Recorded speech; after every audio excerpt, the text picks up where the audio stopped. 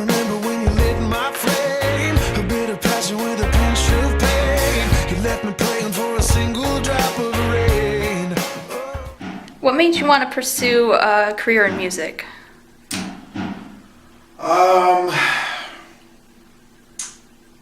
I just really love the creative process more than anything. I think, growing up, I gave myself every opportunity to try other things, and I was really into sports, and I actually went to college and studied graphic design. But every time I tried to do something else, music was just kind of always there. And when I really started taking it seriously, things started to snowball. So I just kind of ran with it.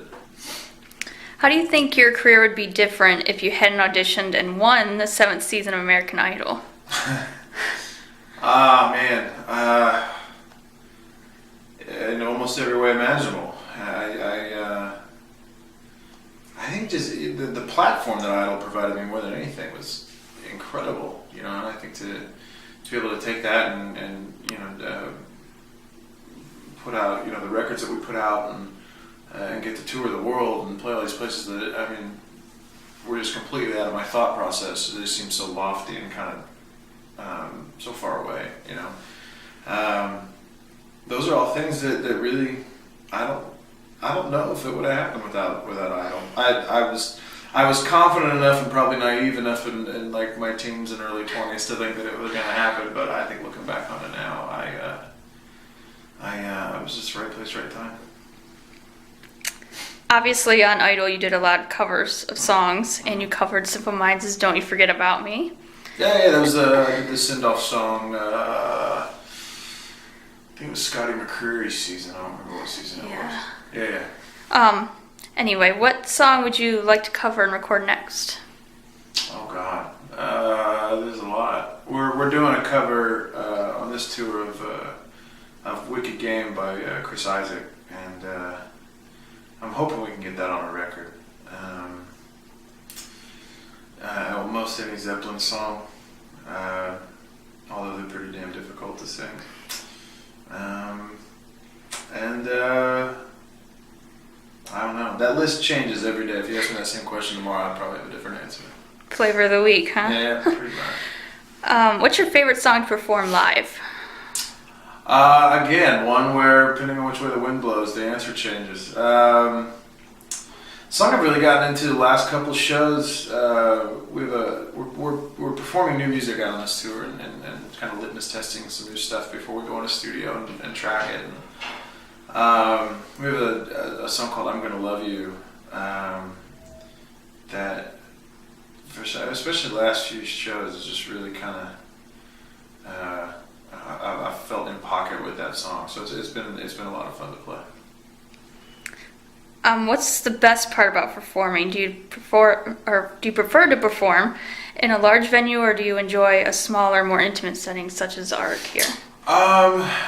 There's perks to both. I think with the larger venue, you're able to kind of put a bigger show on most of the time. But I think with venues like this, it feels a little bit more real.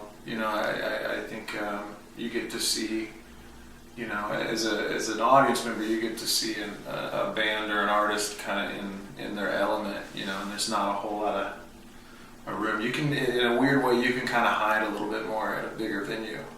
And shows like this, I think, really give us the opportunity to show people. I think we got a really good band. The guys that I get to play with are solid players, and shows like this really can help showcase all that. You have a new album coming out next year, and "Laid Me Low" is hit iTunes in April. Yes. Many fans are eager to know when we'll be getting a new song. This has been my kind of de facto answer, and it's only because I don't have a better one. Fairly soon. I think right now we're talking to a couple labels and trying to find the best home for a new record. And once we get that out of the way, then we can really put all our energy into get the songs tracked and then get the new music out. So soon. The upcoming release differ from your debut album and previous releases, This Loud Morning and This Quiet Night.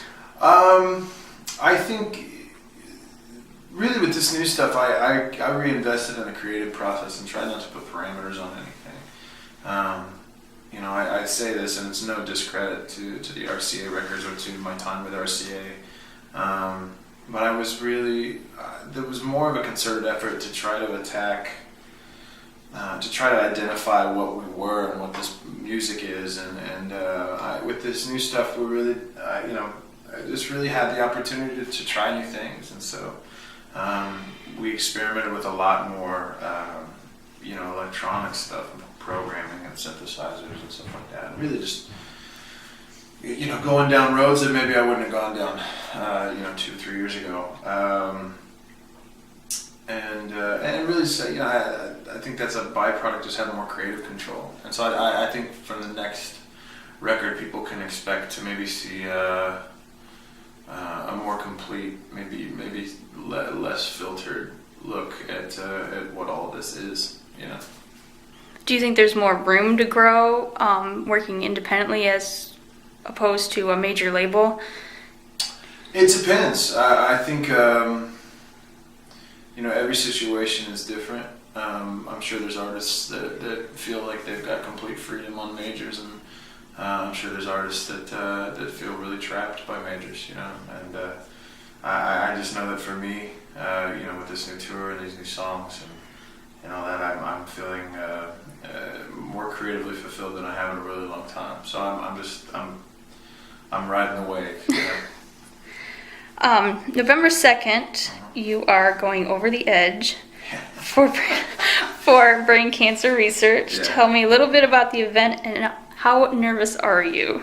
As far as nervousness goes, it was funny. I got brought up at a meet and greet the other day, and I was like, "Yeah." They were like, "Are you nervous?" I was like, "Not yet. You know, I got a little time to think about it." And they were like, "Well, it's in a couple of weeks." I'm like, "Oh God, you're right."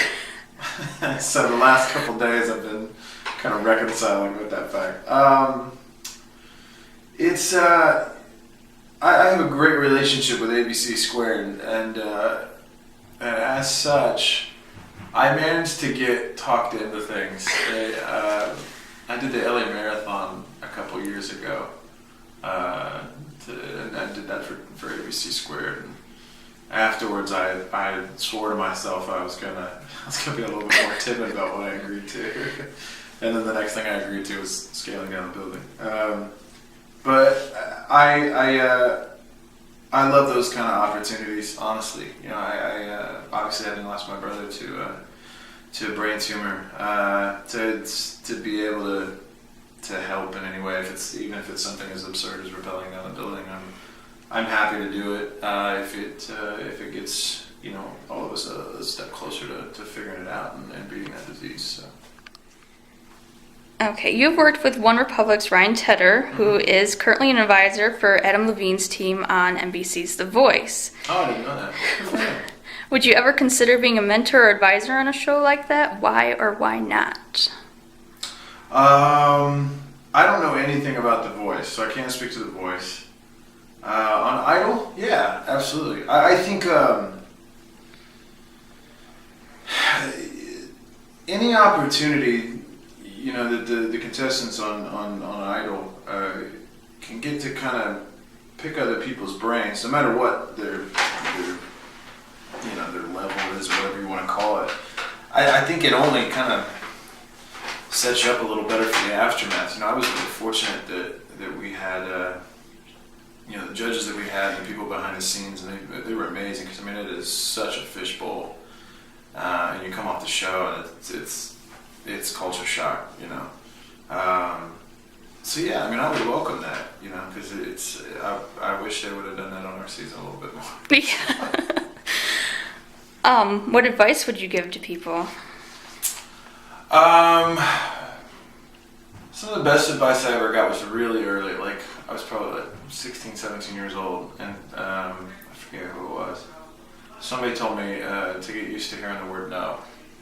And it's really held true. This industry, for every yes you get, there's a lot of no's.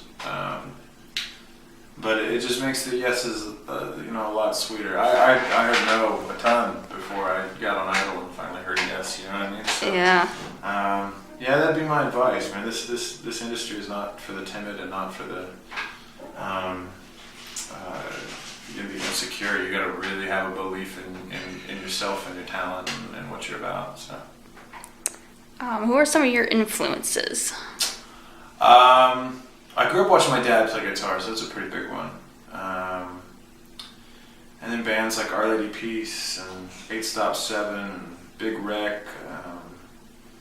That list is a mile and a half long. I just, you know, growing up there were so many bands that I kind of pulled from. You know, I learned guitar to, you know, the Nixon's FOMO record and Our Lady Peace's Clumsy and Eve Six's Inside Out.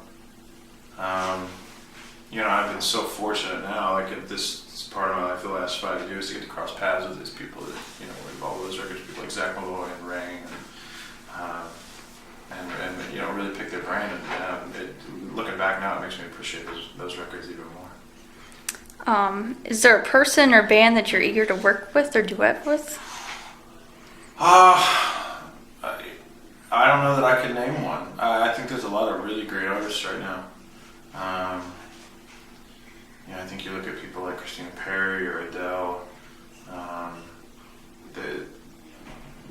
that I think are just doing really cool things musically. And I'm trying to think of what record I just really started getting into. I just went, you know, I actually just refound Pete Yorn's record from '01. It was Songs from the Underground. That record's stellar.